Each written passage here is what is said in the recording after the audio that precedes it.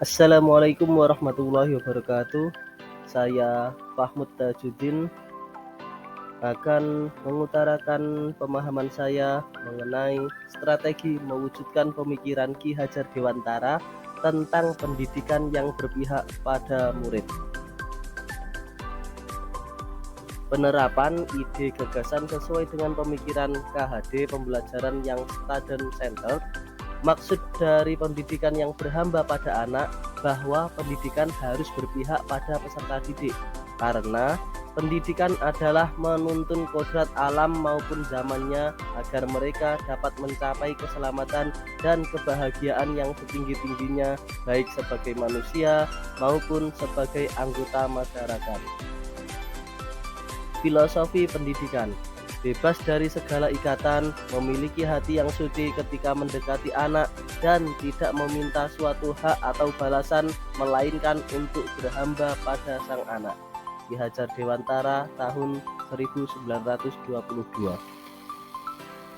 Contohnya, petani yang menanam padi misalnya, hanya dapat menuntun tumbuhnya padi. Ia dapat memperbaiki kondisi tanah, memelihara tanaman padi, memberi pupuk dan air, membasmi ulat-ulat atau jamur-jamur yang mengganggu hidup tanaman padi, dan lain sebagainya. Meskipun pertumbuhan tanaman padi dapat diperbaiki, tetapi ia tidak dapat mengganti kodrat padi. Padi tidak bisa diubah menjadi jagung ataupun tanaman lainnya. Begitupun siswa. Tidak ada yang dapat mengubah kodrat alam anak, karena anak dilahirkan dengan kodratnya masing-masing dan dasar jiwanya masing-masing. Guru hanya dapat menuntun. Bagaimana cara guru menuntun akan membawa pengaruh yang sangat besar terhadap tumbuh kembangnya anak.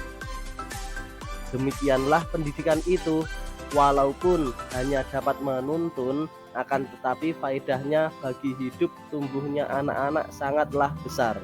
Ki Hajar Dewantara tahun 1922. Menghamba pada anak. Pendidikan harus berupaya memenuhi kodrat kebutuhan anak. Pendidikan harus di dalam pengakuan ibu bapak, karena hanya dua orang inilah yang dapat menghamba pada sang anak dengan semurni-murninya dan seikhlas-ikhlasnya. Sebab cinta kasihnya kepada anak-anaknya boleh dibilang cinta kasih tak terbatas. Menghamba ini bukan berarti dapat diperlakukan semena-mena, tapi pendidikan harus berorientasi pada kebutuhan anak, sehingga anak dapat berkembang sesuai dengan minat dan bakatnya. Budi pekerti.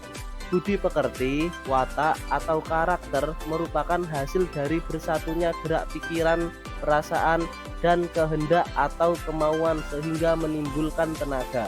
Dengan adanya budi pekerti, setiap manusia berdiri sebagai manusia dengan dasar-dasar yang jahat dan memang dapat dihilangkan, maupun dalam arti neutraliseren, menutup, mengurangi tabiat-tabiat jahat yang biologis atau yang tak dapat lenyap sama sekali karena sudah bersatu dengan jiwa.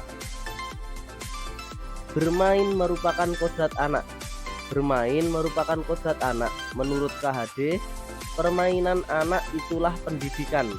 Dalam hal ini, pendidik harus memahami bahwa kodrat anak adalah bermain, sehingga pembelajaran bisa diintegrasikan dengan bermain sambil belajar atau belajar sambil bermain.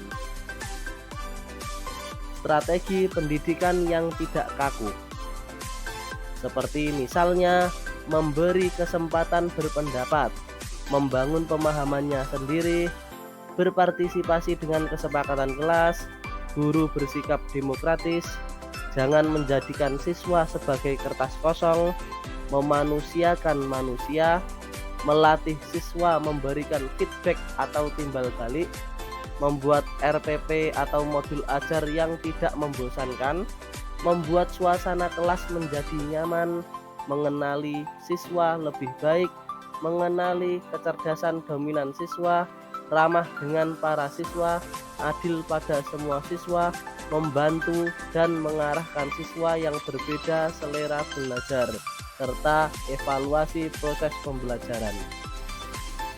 Demikianlah uraian yang saya pahami. Ada kekurangan, kami mohon maaf. Semoga bermanfaat. Wassalamualaikum warahmatullahi wabarakatuh.